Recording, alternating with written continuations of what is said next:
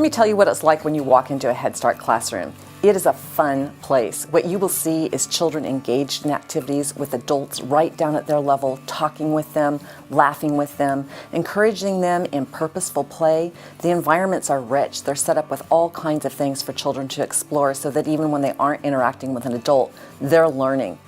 I began my career at MCOE in 1975. I started as a school psychologist, did that for a couple of years, and then moved into some supervision in special education, and really started my career in early childhood in special education. Got a call from Lee Anderson, and when the opportunity came for MCOE to become the grantee for Head Start, along with working with some other early childhood programs, he said, we need to form a department of early education. It's not large enough, and asked me to be the inaugural assistant SOUP. And that's how I got involved in Head Start. Head Start currently serves children who meet the federal poverty guideline. In order to qualify for Head Start, a family would have to be below the federal poverty guideline. That's about $20,000 for a family of 4, so significantly low income. Additionally, though, we can serve children who don't meet that income requirement if they're a foster child, if they have a documented disability, and then they don't have to meet those income guidelines, and we can serve those children. Well, a lot of things changed in preschool education since the mid-60s. The research made it clear that one of the things we needed to do is help children be better prepared to enter school ready to learn. And so Head Start nationally began responding to that by improving or increasing its focus on academic development of young children so they would be ready, along with other things socially and emotionally, but also would be academically ready to enter school, ready to be successful. The ALOA grant kind of led into an explosion in the importance of early care and education, at which time the county office applied for and was granted the Head Start program, as well as the alternative payment and resource and referral program. So we started with 4 of us, and we were housed within the special education department, and then instructional services department.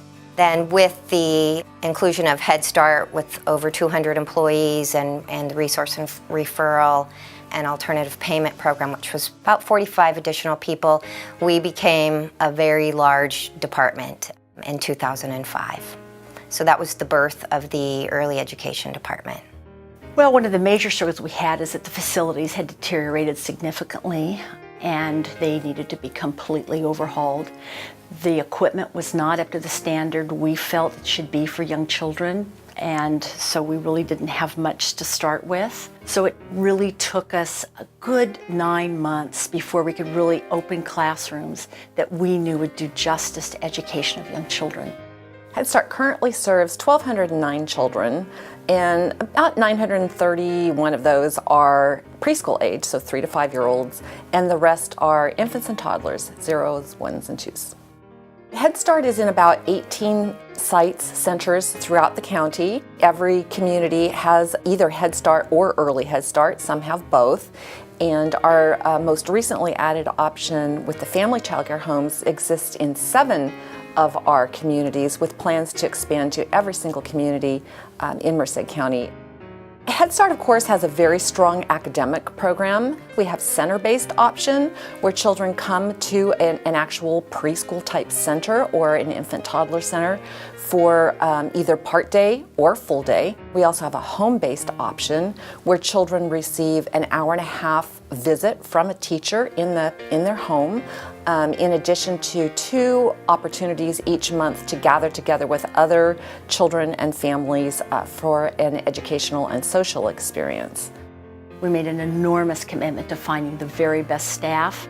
At Head Start, it's not just about educators, it's about health staff, it's about social service staff, it's about staff that have skills in special education, because we serve children with all needs that you can imagine. So we really went out to try to find the most qualified people in all the disciplines to work with our youngsters.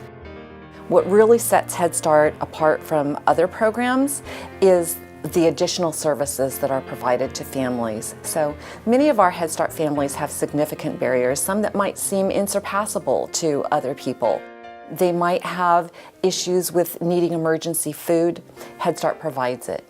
They might need a medical appointment. Head Start can not only arrange it, but if there's issues with getting to it, Head Start can figure out transportation. Are social services needed? Is counseling needed? Head Start can make those arrangements.